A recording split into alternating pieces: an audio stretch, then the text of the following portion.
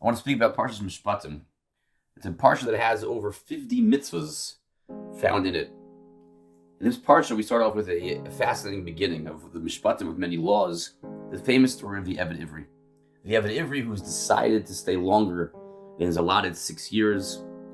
Ahavti es Adoni, es ishti es banai. I love my family that I'm part of right now.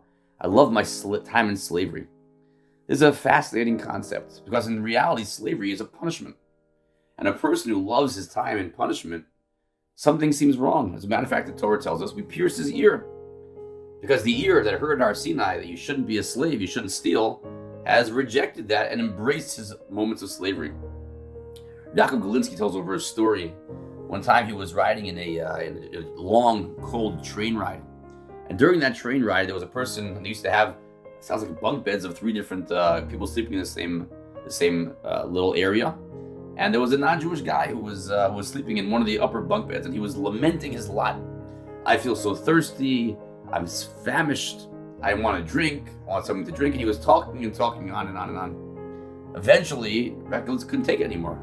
So he says, you know what? He goes to the guy and says, let me take your bottle for you. I'll give you some water. And sure enough, he goes, fills up the water, gives it to the person, says, Baruch Hashem now. The guy, this Rabbi Galinsky says, I can get some sleep. Let this person now, he had his drink. He's been complaining how thirsty he is. So now he's going to drink. He's going to have his drink, he'll feel comfortable. And the guy guzzled it down in a moment. And Rabbi Galinsky felt, I can now get some peace and quiet and maybe fall asleep for a few minutes. A minute later, he hears the guy mumbling to himself again. He listens closely, and the guy was saying the following thing. I was so thirsty. I was so famished. I just finished drinking, just babbling on. It wasn't even relevant to what was going on anymore. It was a past tense discussion. People in life sometimes are not able to move on. They make a mistake, and they can't get past it. Galinsky points out it's exactly where Eved Ivri is. The crime he's committed is whatever crime it was in the beginning. But the worst crime than that is he couldn't move past it. He was unable to get past whatever it was that affected him in the first place. We all make mistakes in life. And Parshas Mishpatim is describing different court cases that might arise based on someone's mistake that they do make. But at the end of the day, we all make mistakes. Shav yipol tzadik v'kam. The key is we get back up again. The Eved Ivri who doesn't understand where he's heading, doesn't understand he has a higher position in life to attend, that person doesn't want to get back up again. He's shav yipol tzadik. He's not a tzaddik because in the end he just cuddled up next to a haystack and stayed on the ground and fallen down.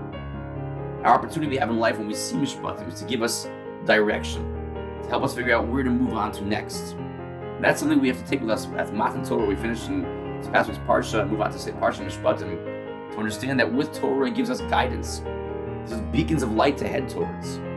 When we see all of these laws, so many mitzvahs in this week's Parsha, it shouldn't be overwhelming. They're giving us directions, like one big way is how to get to the right place at the end. And ultimately speaking, we make a mistake, we know to get up now. I sold myself as a slave, it was an error.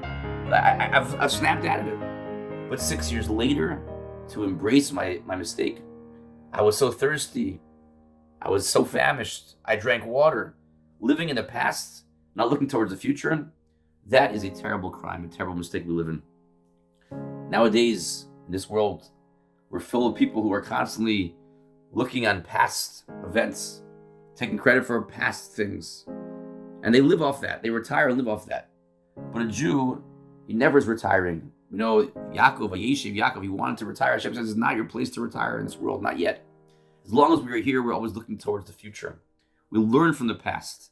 We don't embrace it, we learn from it to help us propel ourselves to a greater heights, to a greater future. The Eved Ivri pierces his ear because all he's doing is living in the past.